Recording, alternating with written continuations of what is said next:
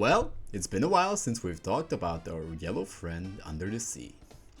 A few days ago, I stumbled upon an interesting scene that shocked me at first, and let me just play it for you really quick. All you gotta do is...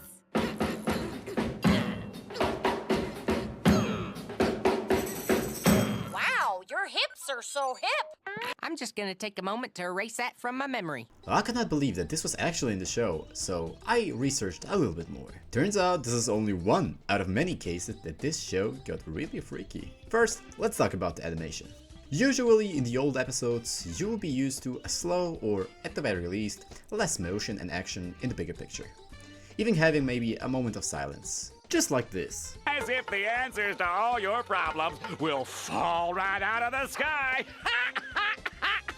Fall right out of the sky! This was due to the fact that the animation was hand-drawn, and the colors were dull and it was less frames. During the second season, they switched to digital art, and it gave a little spice to the episodes.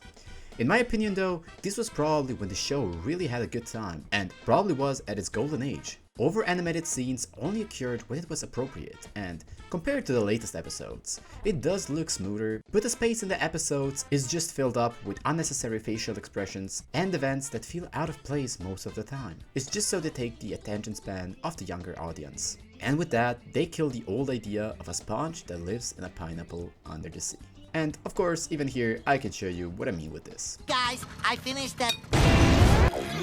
Things are gonna get crazy! Now I do understand that this is a broadcasted TV show, so they have to keep the audience watching and always entertained, but it feels like the love for the show is long gone, since season 9 to the latest one being 15. The speed of the episodes also increased over time, removing old conversations that the characters had that would just feel normal, and adding a quick unnecessary gag to that, it feels a little bit forced. Of course, there is a major difference in the generations, with TikTok, YouTube Shorts, and other streaming services being there. It distracts the audience, and this does put a lot of pressure to the developers and makes them want to keep the numbers high. At this point, the show is just a best of in every episode without much context sometimes. Now let's talk about voice acting. I'll make this a short one because it's just something I noticed while going through the episodes, and Spongebob's voice changed in season 13. Maybe you did not realize this because you just stopped watching the show, but it's not necessarily something bad, because you gotta keep in mind it's humans making these voices. They turn old at some point and the voice just doesn't match the character anymore.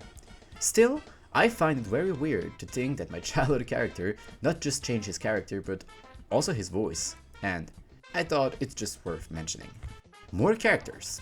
In the first season of SpongeBob, you were introduced to the main characters of the show, and all of them mostly being different animals, because the creator of the show, Steven Hillenburg, wanted it to be so. This followed up to the characters being unique, and every one of them representing something. Like for example, Mr. Krabs always being greedy, SpongeBob always being goofy, or Patrick just being dumb the whole time. The only filler characters that really appeared were Neptune in the first season, and the fish from Rock Bottom. I will exclude the Flying Dutchman because he just has a lot more appearances in the show than the other two characters that I mentioned. Then in season 2 we had Doodlebob and SpongeBob's grandma, but not really that many other filler characters, excluding the fish that are like in every other episode. And if you continue through the show, through season 3 and 4, you will realize there aren't actually that many characters. It's Plankton and Krabs sometimes having trouble, but mostly it's just based around SpongeBob and Patrick doing stupid stuff and annoying Squidward. From there on, and especially in the latest episodes, the number kept increasing to a nonsense level, even adding something like this.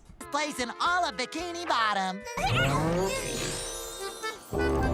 I do know that occasionally they run out of ideas for the episodes, but as I said, I think it's sad, because the show loses its spirit over time. Even when they try to bring back old characters, when it just doesn't feel the same or it's just out of place, probably most of the new audience don't even know these characters anymore.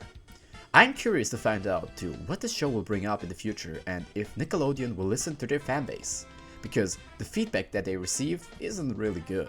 At this pace, I think the show is sadly going off the cliff, but what do you guys think? Let me know down in the comments and like the video if you enjoyed, it will help me a lot.